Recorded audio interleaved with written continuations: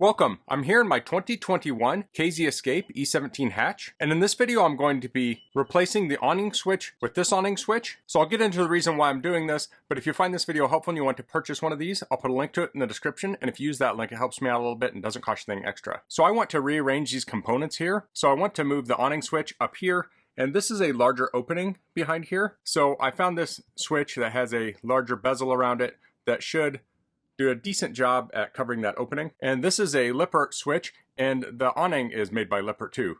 So this is actually not the same brand switch as the awning, but this is what came on it. The thing that could be tricky about this is that this switch has 6 conductors and this has 4 wires coming out of it. So let's take a look at this on the back side. So here I'm in the cabinet. There was a panel that was mounted here. It's down here. So it had a single screw that screwed in the back here, and then it had some staples here. So I took the screw out and just popped the staples out, and then I replaced those with screws so I could have access to this area. So here we can see all the wires. Now I do want to say that I'm just sharing my experience with this. I'm not an expert at it. So if you're looking to tackle a job like this, do your own research so you can do this properly. So here's the awning switch back here. You can see this has 4 wires going into it. There's red on the top, then white, blue, and black on the bottom. So I took my multimeter and I checked, and the red is positive, black is negative, and the white and blue go to the motor. So it wouldn't be a bad idea to check those on your own in case it was wired differently or wired wrong. So if I pull this off, and this is just a little connector that goes on the switch. And one thing to point out, if you put that back on, hold the front of the cabinet because it will just push the switch out because this is thin paneling here. So here we see the back of the switch, and it has 4 conductors on it, but the top and bottom on the right cross over. So I'll pull this out and I'm going to take it down to my shop so we can get a closer look. Okay, so here I have the 2 switches. Now the switches are opposite. I don't have any muscle memory for using this, so it's not going to matter to me. On this one you press up to extend, on this one you press down to put it out. But let's switch these over. And if we look at the terminals here, we have the 6 terminals, and this we have the 4, and you can see on here that this top and bottom one cross over to here. So the motor hooks in the middle, and when you press it one direction, it connects this pair, and when you press it the other direction, it connects this pair. So you can do the same thing here, but you need to connect up these opposite terminals. So in order to do that, I have these terminals called piggyback terminals. So one of those will go here and the other will go here. I'm not going to press these on all the way because they can be difficult to take off. So with these, we'll have the positive and negative come in here, and then I'll create some little pigtails to go from here to here and here to here, and the motor will connect in the middle. So the wiring in the camper is 14 gauge, so those pigtails need to be 14 gauge or larger. Now I say larger, that doesn't mean higher number. With wire gauges, the smaller the number, the larger the gauge. So I have this 12 gauge wire. I actually have a little scrap of it here. Now ideally I would have black and red, but this is what I have. So I'm going to use this 12 gauge wire to create some little jumpers. And I'll be using this wire fee terminal kit. So the different colors are for different wires. Since we have 12 gauge, I want to use yellow. They're kind of mixed in here. Let me pull these out. So I'll be using these female connectors that will go on here to here, and I'll crimp some little pigtails with this. So I'm not going to film that part, but I'll come back and show you after it's done.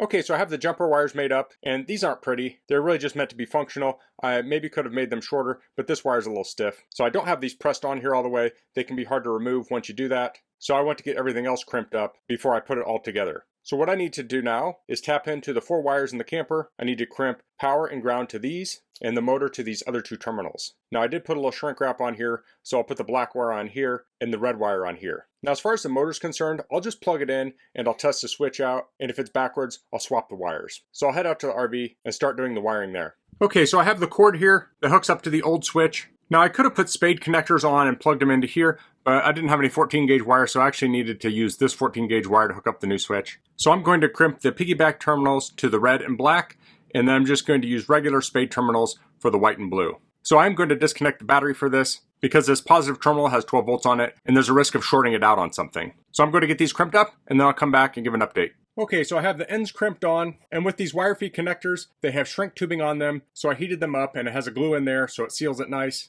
Now these are not wire feed connectors, so I just used some heat shrink tubing on it. So now I have 4 wires. Now, if I had power connected right now and touch these together, they would short. So to hook this up, I have the switch. I'm going to hook power up here and here, or here and here, and I'll use my little crossover cables and I'll hook the motor in the middle. But before I do that, I'm going to actually install it because I can't really install it once the wires are connected. So if you're just replacing your current switch, you can put this in the same hole. I'm going to be moving it to a different one. So I'll just take the screws out and put this in its place. So it's kind of hard to see up here. There's a bunch of wires in the way, but I'm going to get everything connected up now. And I do still have the power off. Now as I press these connectors on here, I'm going to put my hand on the other side so I don't push the switch out.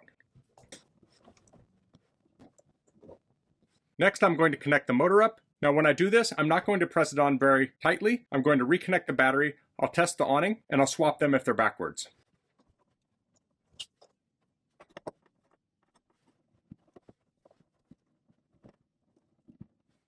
So I just tested it and I got it right the first time. So now I'll make sure all my connections are pressed on tightly. Okay, that's all done. So if we look over here, we can see the new switch. Now it's kind of torn out here and here, but that was actually showing with the previous switch there. So that's how to switch from a 4-conductor awning switch to a 6-conductor. Now this is in my KZ Escape E17 hatch, but this probably pertains to many other models of campers. Now if you have a 6-conductor switch, maybe with a connector on it, you can also figure out how to hook that up to a 4-conductor switch. But that's all I'm going to cover in this video. If you have any questions, please leave them in the comments. If you like this video, please click like. If you haven't subscribed to my channel, I'd appreciate if you could do that. And thanks for watching. Until next time, goodbye.